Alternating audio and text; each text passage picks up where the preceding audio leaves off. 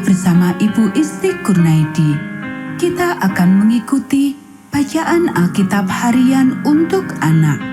Hari ini, tanggal 10 Desember, bacaan Alkitab kita, Efesus pasal 6. Mari kita awali dengan doa. Bapa di surga, kami akan belajar firman Tuhan. Tolong kami supaya kami dapat memahami firman Tuhan. Dalam nama Tuhan Yesus kami berdoa.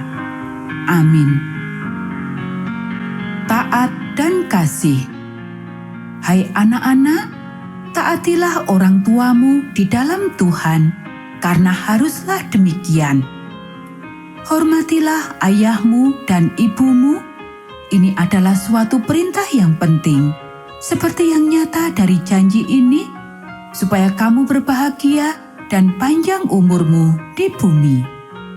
Dan kamu, bapak-bapak, janganlah bangkitkan amarah di dalam hati anak-anakmu, tetapi didiklah mereka di dalam ajaran dan nasihat Tuhan.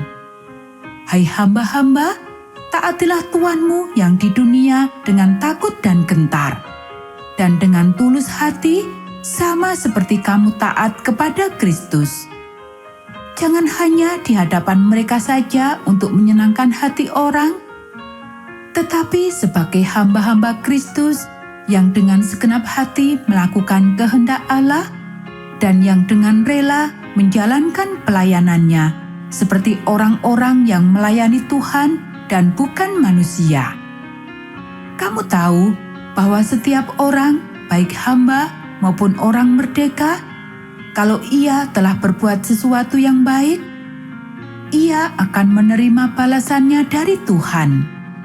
Dan kamu tuan-tuan, berbuatlah demikian juga terhadap mereka dan jauhkanlah ancaman. Ingatlah bahwa Tuhan mereka dan Tuhan kamu ada di surga, dan ia tidak memandang muka. Perlengkapan rohani. Akhirnya, hendaklah kamu kuat di dalam Tuhan, di dalam kekuatan kuasa-Nya. Kenakanlah seluruh perlengkapan senjata Allah, supaya kamu dapat bertahan melawan tipu muslihat iblis.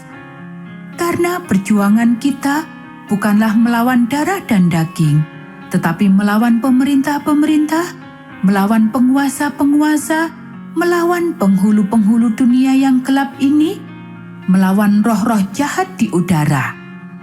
Sebab itu, ambillah seluruh perlengkapan senjata Allah, supaya kamu dapat mengadakan perlawanan pada hari yang jahat itu dan tetap berdiri sesudah kamu menyelesaikan segala sesuatu. Jadi, berdirilah tegap, berikat pinggangkan kebenaran, dan berbaju sirahkan keadilan. Kakimu berkasutkan kerelaan untuk mengabarkan Injil damai sejahtera.